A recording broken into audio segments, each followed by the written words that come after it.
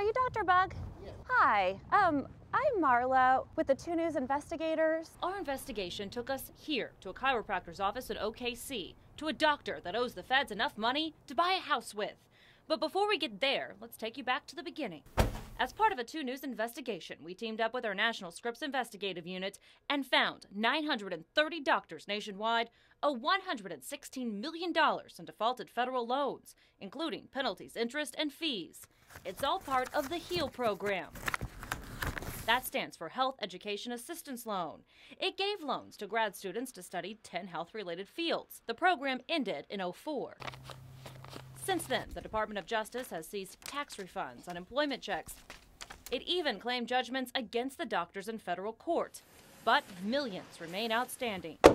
We searched the data and found 13 names tied to Oklahoma. One is this man, Dr. James Bug. He drove up to his chiropractic office in a Hummer.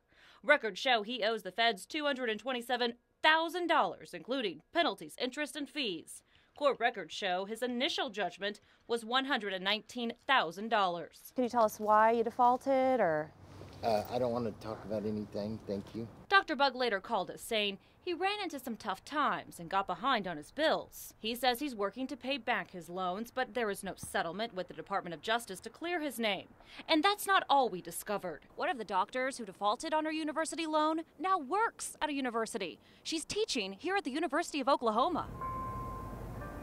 Right in the heart of campus is Dr. Coleman's office. She received a degree in podiatry, but records show she is not listed as a registered podiatrist in the state. She is now an adjunct professor teaching African American studies. Records show she owes $45,000 to the federal government, including interest, penalties, and fees. Taxpayer money owed by a person whose salary is paid for by tax dollars. He says, looking for Dr. Coleman, I remember your call. and we were wondering if you could talk to us about that. No, that's okay. Do you plan on paying those back? Thank you. It's nice to meet you. Dr. Coleman also declined an interview. We asked the University of Oklahoma for comment. Administrators would not comment on camera, but sent us this statement. The university is unaware of any prohibition on employing individuals who might owe a debt to the federal government, although OU does adhere to Oklahoma's restrictions on the university employing individuals who owe a state debt. That is the law. State employees must pay back their state debt, but federal debt isn't mentioned.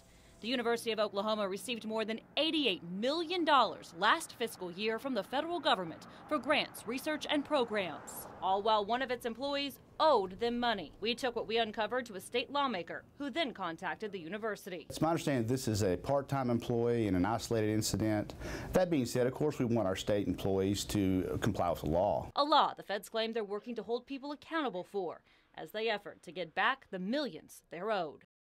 Marla Carter, 2 News works for you.